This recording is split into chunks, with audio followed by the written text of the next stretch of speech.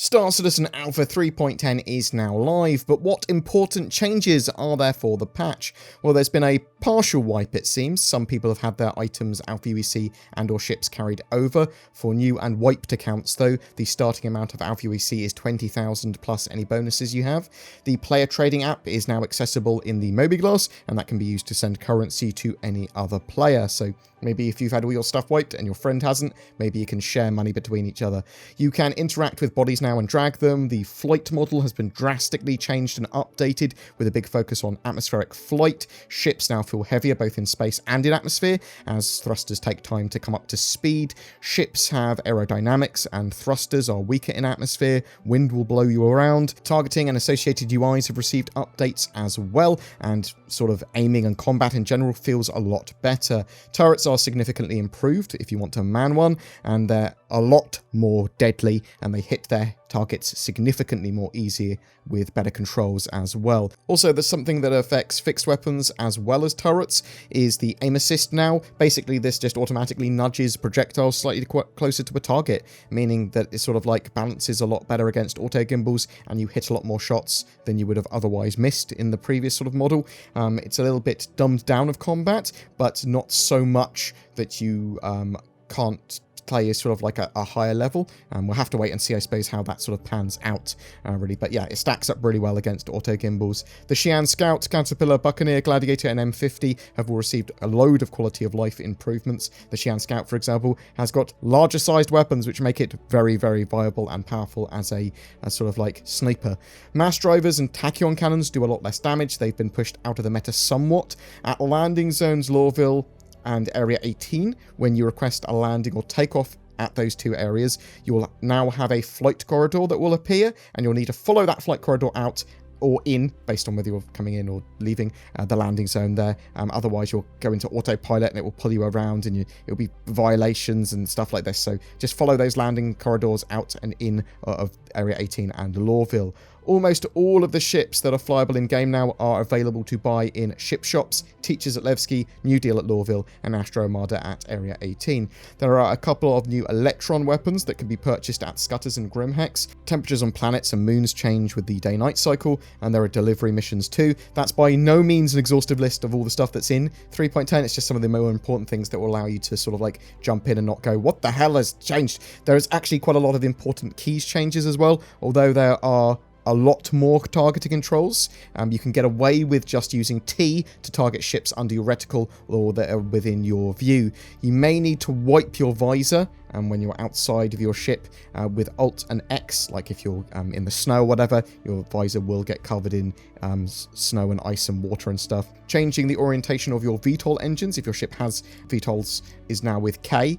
If you want to cycle gimbal mode on your ship to auto gimbal, manual, fixed, that's now G. Jettison your mineable cargo is now left Alt and J. Countermeasures are now on H and J, so they've changed. That's a big important change. Headlights are now on L for ships. If you are manning a turret, you can toggle VJoy and relative movement mode with Q. If you don't like the way the turrets are moving when you're in them, press Q and go, oh, it works the way I want it to. You can toggle ESP in turrets as well with E, gyro mode with G, and holding C will recenter your turret. The Grey Cat Rock is new to 3.10 as well. It's on sale from $50. It's not available in-game at the moment yet to buy in shops in-game, but you can only buy it from their pledge store, unfortunately. If you buy it for War Bond, which is without using any store credits, so new money, it does come with lifetime insurance, so there is that. I think some people will want to buy them, but as soon as they're available in-game to purchase from shops, I'll probably purchase one myself. It's also available with the Cutlass Black in a bundle from $140. Also on sale are the M50, the Car 2 Al as well, so they've both had major changes in 3.10. And they're available with some sort of like discounted Warbond upgrades until the 11th of August. There's also a real Pico plushie available from $30. Basically, there are penguins in game, now at the Microtech New Babbage spaceport. There's a little kiosk there where you can buy plushies, but you can buy a real version of it for $30, although I wasn't too impressed with the way this one looked quality-wise, so I will not be purchasing one for myself. There are various major known issues with the current build as well, some of which I want to go over with you now. There can be desync issues with AI ships, as well as firing from turrets. Ships sometimes need to be spawned again from the ASOP terminal. There are issues with mining UIs and lagging with them. The new multi-part delivery missions with aid shouters as their third drop-off point don't work, so avoid those ones with aid shouters in them. Global chat isn't working in the visor HUD currently, but you can still see it from the Mobi-Glass. There are sometimes issues with hangar doors opening or closing or whatever. There are various other issues as well.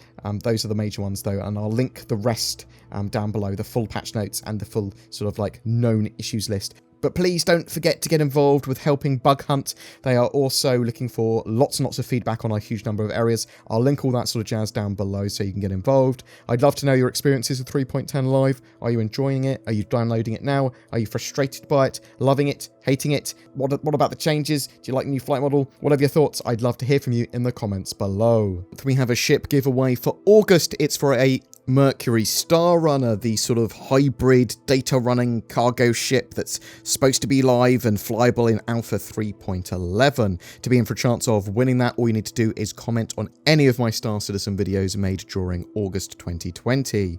If you want to further support my channel, then consider becoming a YouTube member via the join button. This will also get you some exclusive content and insight each month. Also, if you're looking for a VPN, I shill for NordVPN. It's a mega affordable and effective solution for added security, privacy, and internet accessibility. Follow the link below in the description for a discount. Thanks for watching, and I hope to see you in the verse.